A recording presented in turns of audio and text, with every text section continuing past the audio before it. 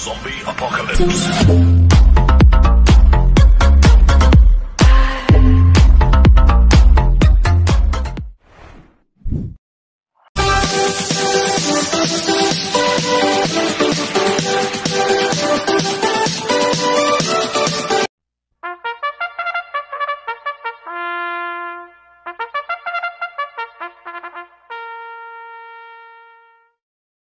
Magandang araw po mga bayang karerista. Ngayon po ay araw ng Miyerkules, November 26, 2025. Karera po ng Philippine Jockey Club, Padre Garcia, Batangas. Meron po tayong 7 karera sa araw na ito. Nandito naman po yung lingkod, Drunken Master Wangbu aka Eloa Tubudoy para magbigay ng giya at analysis sa inyo mga bayang karerista. Mga bayang karerista, start po ng karera natin ay 5 PM. At lahat po ng karera po natin ay distansya 1,200 meters. Kaya bago po ako magsimula magbigay ng giya at analysis, huwag pong kalimutan, subscribe, like, and share YouTube channel ko po. At syempre, huwag din po kalimutan i-click notification bell ko para updated po kayo sa mga bagong video ko.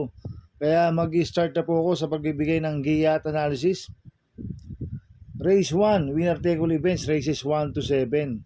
May 7 kalok po tayo dito. Ang grupo 3-year-old and above maiden race sa distance 1,200 meters. First choice ko po dito numero 4, Red Bell. Nagagabayan po ni Mark Alvarez. Ito nag-barrel trial po siya November 15. Nagtala siya ng 1-16 sa 1,200 meters. Ang kwartos po niya 25 media, 23 media, 27. 1-16 po ang preba ni Red Bell sa 1,200 meters. Kaya sa akin, malaki po panalo sa akin ito.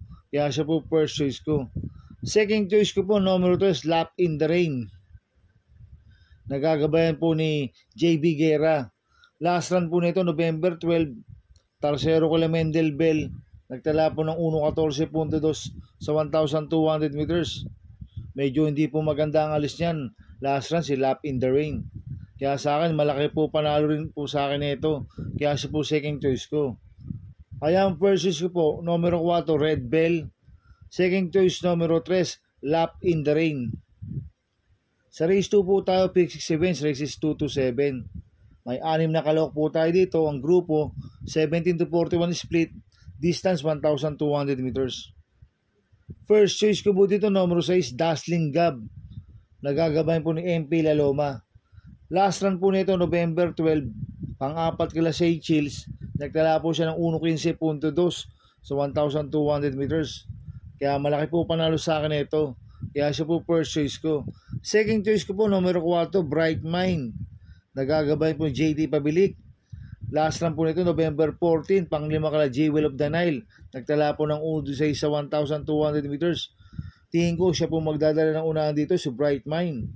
Pag nakaalagwa to, pwedeng makatapos ang karera. Kaya malaki rin po panalo sa akin ito. Kaya siya po second choice ko.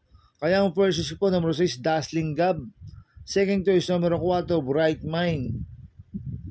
Sa race 3 po tayo, pick 5 events, races 3 to 7. May 8 kalok po tayo dito, but 7 betting in option lang. Ang grupo, 17 to 41 split. Distansya, 1,200 meters. So, soloin ko na po ito, itong co-opulente numero 3 na ito, Advocacy. Nagagabay po ni A.R. Villegas. 3A BG, nagagabayan po ni Eminem Gonzalez. Last run po ni Advocacy, segundo po siya kay Jewel of the Nile noong November 14. Nagtala po siya ng 1.15 sa 1,200 meters. Last run po ni BG noong November 16, pang-apat kay Light from the East. Nagtala ng 1.27.2 sa 1.4. Ang tinalo niya sa datingan, Chocolate Thunder at Durian. Kaya sa akin, sosolohin ko na po yan, itong co-opulente numero 3 na to, Advocacy, 3A, BG. Sa race 4 po tayo, pick 4 events, races 4 to 7. May 6 na kalok po tayo dito. Grupo, 42 to 56 split. Distance, 1,200 meters. Itong race 4 na to, tingin ko, anybody's race po to. Tingin ko, lato to, may panalo. Kaya kung may kapitalo kayo dito, magdagdago kayo dito. Kaya kung first choice ko po dito, numero 4, Golden Charger. Nagagabayan po ni P.O. Repe. Last run po nito, November 12, pang-apat kila Upscale Bell. Nagtala po siya ng 1.13.8 sa 1,200 meters. Cambio winning ngayon, binigay kay P.O. Repe. Lasa na sumakay po dito, MP Cañete. Kaya malaki po panalo sa akin ito. Kaya siya po first choice ko. Second choice ko po, number 3, Freedom Lover. Nagagabayan po ni BD Fulencio. Lasan po nito November 15, pang-anim kila Doña Chichay. Nagtala po ng 1.29 sa 1.4. Cambio winning ngayon, binigay kay BD Fulencio. Lasan JD Flores po sumakay dito. Kaya sa akin, may panalo po sa akin to. Kaya siya po second choice ko. Kaya ang first choice po, number 4, Golden Charger. Second choice, number 3, Freedom Lover. Sa race 5 po tayo. May 8 kalok po tayo dito, but 7 betting in option. Ang grupo, 17 to 41 split distance, 1,200 meters. First choice ko po dito, number 8, Boy Wonder. Nagagabayan po ni Patty Dilema. Last run po nito, noong November 12, Tercero ko Grand Monarch. Nagtala ng 1.13.6 sa 1.2. Di lang po maganda numero niyan last run, nasa numero 1. Ngayon, nasa numero 8. Itong kabayo na to, may bilis at may remate. Kaya sa akin, malaki po panalo sa akin ito. Kaya siya po first choice ko. Second choice ko po, numero 4, Spaghetti pababa. Nagagabayan po si CP Henson. Last run po nito, November 15. Pang-4 kila Doña Chichay. Nagtala po siya ng 1.28 sa 1,400 meters. Kaya malaki rin po panalo sa akin ito. Kaya siya po second choice ko. Maglalagay po ako ng third choice sa pandiado, numero 3, Gingini. Nagagabayan po ni Peter Guse. Last run po nito, November 12, pang-4 kila Grand Monarch. Nagtala po siya ng 1.13.6 sa 1,200 meters. Cambio winning, binigay kay Peter Guse. Last run, AR Villegas po sumakay dito. Kaya sa akin, magandang diado ito. Kaya siya po third choice ko na pandiado. Kaya ang first choice ko, numero 8, Boy Wonder. Second choice, numero 4, Spaghetti pababa. Third choice ko na pandiado, numero 3, Gingini. Sa race 6 po tayo sa penultimate race. May 6 na kalok po tayo dito. Grupo 17 to 41 split.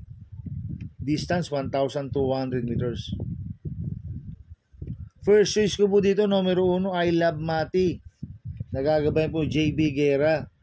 Last run po nito, November 15, pang-4 kila Equity. Nagtala ng 1.29 medyo sa 1,400 meters.